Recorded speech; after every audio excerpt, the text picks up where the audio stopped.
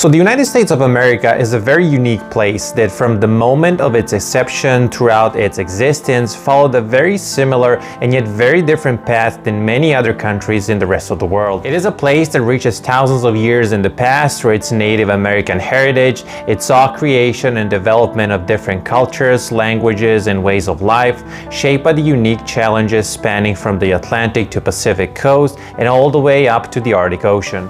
On the other hand, a steady influx of people from all corners of the world brought different flavors of costumes, traditions, and ways of thinking that all contributed to the formation of what is known today as the American way of life. Now, as you're aware, the United States saw its fair share of challenges throughout the centuries, ranging from racial abuse and inequality to severe wealth disparity and a general struggle to make everyone feel accepted in this new society. This also meant that some historical facts, just like in other countries, often get sidelined and neglected in favor of myths and legends that, although may sound desirable to certain groups of people, simply aren't true, or at least not entirely. Greetings everyone, my name is Nikola Tomic, and in today's video we're going to talk about 5 common misconceptions about the history of the United States.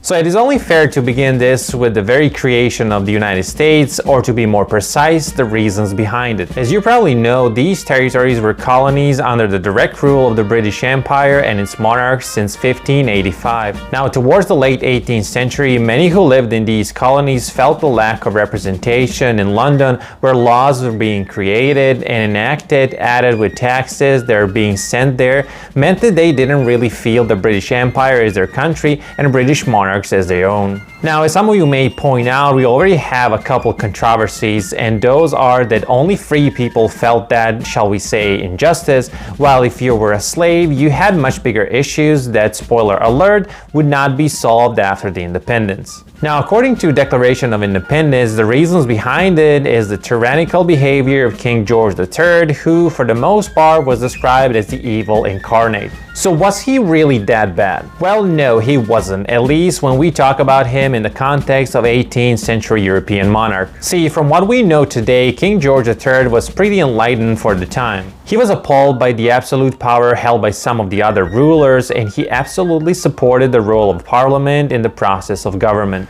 Many laws that founding fathers complained about were there for centuries before King George came to power, and they were the same for the whole empire. Sure, he was a monarch, thus certain parts of democracy were missing, but in many cases he was ahead of post-revolution America, such as publicly arguing against slavery until he finally abolished the slave trade in 1807. Another myth that some people believe to be true is that slavery was a thing of the southern states. Now, although many states in the southern regions of the United States held on to this unfortunate practice for the longest, slavery was fully present in the 13 colonies as well as in the decades following the Revolution. Matter of fact, slavery wasn't abolished in New York, for example, till 1827, while around 20% of its inhabitants were slaves. The reason why there were less slaves in the North comes down to simple labor demand. Because these parts lacked large plantations akin to those in the South, most of the slaves were working on small farms and industrial complexes, while others were simply kept as a help around households for wealthy families. New Jersey was the last northern state to abolish slavery, and that was on January 23, 1866,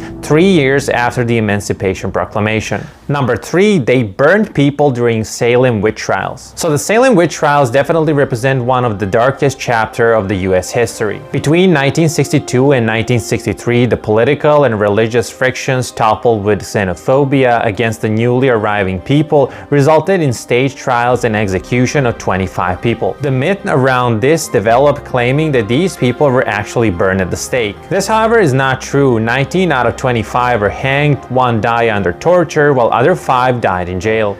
The origin of the myth most likely comes from the earlier practices in medieval Europe associated with similar trials that indeed ended up in burning at the stake. In America, at the time, the witchcraft was felony that was punishable by death, with hanging being the preferred method. Number 4, the Pilgrims landed at the Plymouth Rock. So the Plymouth Rock is one of the most famous landmarks in the United States because, according to the legend, that is the place where the Pilgrims landed with its ship, the Mayflower. The truth is, however, that there are no definitive answers answers to where exactly is the original landing spot. The reason why this is believed to be the one is the confirmation that came from an elderly man more than 120 years after the event took place, who claimed to identify the spot based on the stories he heard in order to preserve it from future construction projects. Now, considering the time frame as well as the fact that this is not a first-hand account, although we cannot disprove this claim, we all can agree that it could have been any other rock down the coastline. And number 5, there were 13 original colonies. So 13 stripes on the American flag represent 13 colonies who united in the struggle against the British rule. Everyone knows this to be a fact, although technically it is not. See, Delaware was the first state to ratify the US Constitution on December 7, 1787, thus changing the history of this place. Now, although this is true, at the start of the Revolution, Delaware wasn't a separate colony.